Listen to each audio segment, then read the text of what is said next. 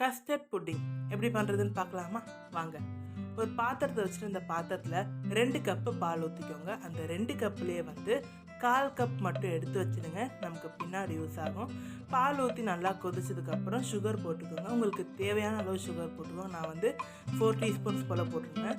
இப்போ நம்ம custard powder எடுத்துக்கலாம். இது எல்லா சூப்பர் மார்க்கெட்லேயும் கிடைக்கும். 1 கப்புக்கு 2 டீஸ்பூன் வீதம் நான் 4 டீஸ்பூன் கஸ்டர்ட் பவுடர் நம்ம எடுத்து வச்ச அந்த 1/4 கப் பாலில் கட்டி இல்லாமல் நல்லா மிக்ஸ் பண்ணி அதை நம்ம இந்த பாலில் ஊற்றணும். இப்படி ஊற்றினா தான் நடுவில் நமக்கு கட்டிப்பட்டு வராது. பொறுமையாக இந்த கொதிக்கிற பாலை நம்ம கைவிடாமல் கிண்டிக்கிட்டே நம்ம கஸ்டர்ட் மிக்சரை ஊற்றணும். அது கொஞ்ச நேரத்துலேயே கெட்டிப்பட்டு வரும். நல்லா கெட்டிப்படட்டும். அப்போ தான் உங்களுக்கு ஒரு ஸ்மூத்தான டெக்ஸ்சர் கிடைக்கும்.